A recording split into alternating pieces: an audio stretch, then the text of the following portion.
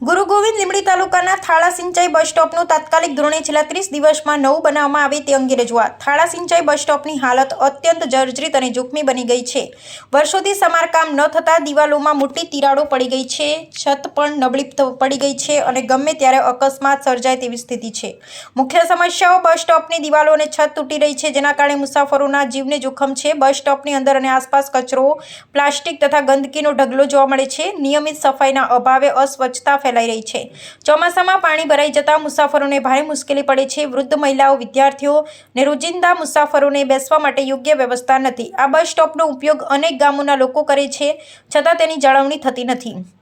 તૂટેલી દિવાલો અને છતના કારણે કોઈ મોટી દુર્ઘટના સર્જાય તે પહેલાં જરૂરી પગલાં લેવા જોઈએ। અમારી માંગણીઓ: બસ સ્ટોપનું તાત્કાલિક ધોરણે નવું બસ સ્ટોપ બનાવવામાં આવે, બસ સ્ટોપની નિયમિત સફાઈ, કચરાનો નિકાલ કરવામાં આવે, મુસાફરો માટે સ્વચ્છ અને સુરક્ષિત બેસવાની વ્યવસ્થા કરવામાં આવે, આસપાસ યોગ્ય લાઇટ અને જરૂરી સુવિધા ઉપલબ્ધ કરવામાં આવે। જનહિતમાં તંત્રને નમ્ર અપીલ છે કે ગંભીર સમસ્યાનો વહેલી તકે ઉકેલ લાવી મુસાફરોને સુરક્ષિત અને સ્વચ્છ બસ સ્ટોપની સુવિધા પૂરી પાડવામાં આવે।